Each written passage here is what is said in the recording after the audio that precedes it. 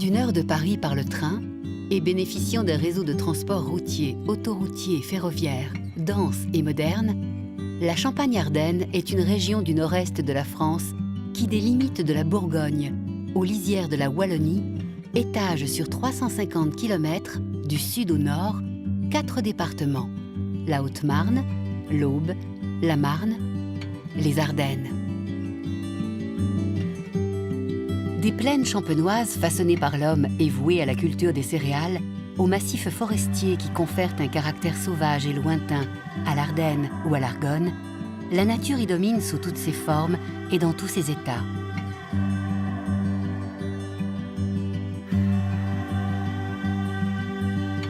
Des lacs artificiels destinés à réguler le débit de la Seine ou à alimenter les canaux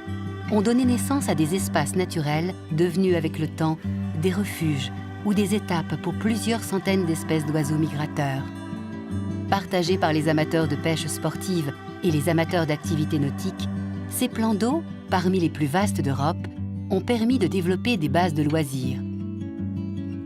des ports de plaisance et des circuits de promenade à pied, à cheval et à vélo.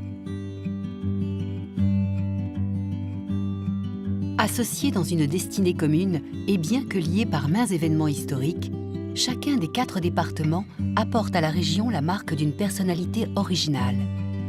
De Langres, juché sur ses remparts et qui a vu naître Denis Diderot, ce que rappelle une statue du sculpteur Bartholdi, à Charleville-Mézières, porte de la vallée de la Meuse et rendez-vous mondial des théâtres de marionnettes, dont la place Ducale de pur style Louis XIII, dont on dit qu'elle est la petite sœur de la place des Vosges, est encore de nos jours hantée par le souvenir d'Arthur Rimbaud. Les villes de Champagne-Ardenne cultivent avec ferveur, mais sans excès de chauvinisme, leur caractère singulier. Troyes, dont le cœur a naturellement la forme d'un bouchon de champagne, se signale par un ensemble de maisons à pans de bois colorés, tandis que Sedan peut se flatter de posséder le château fort le plus étendu d'Europe. Chaumont, ancienne capitale de la ganterie et ville de l'affiche, s'enorgueillit d'avoir pour symbole un viaduc spectaculaire construit au XIXe siècle en moins de 15 mois par plusieurs milliers d'ouvriers qui œuvraient de jour comme de nuit. Quant à Châlons-en-Champagne, dont le nom offre une adresse au Centre national des arts du cirque, c'est dans un environnement d'eau vive, auquel elle doit d'être surnommée la Venise pétillante, qu'elle a érigé nombre d'édifices religieux et civils,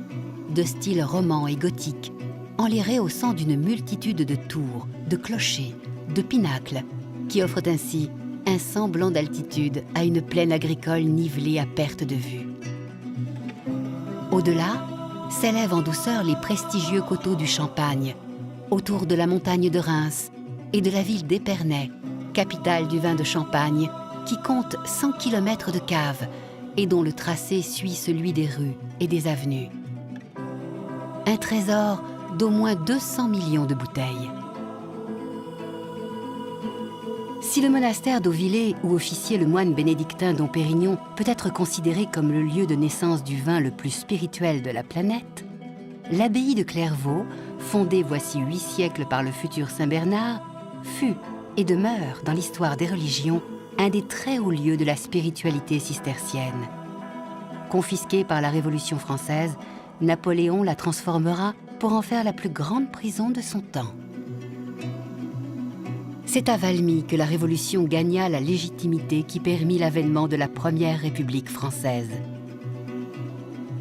2 siècles plus tard,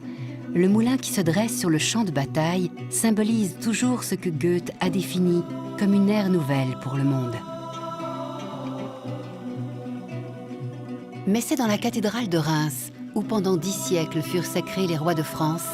que s'ouvrit le 8 juillet 1962 une autre ère nouvelle pour le monde,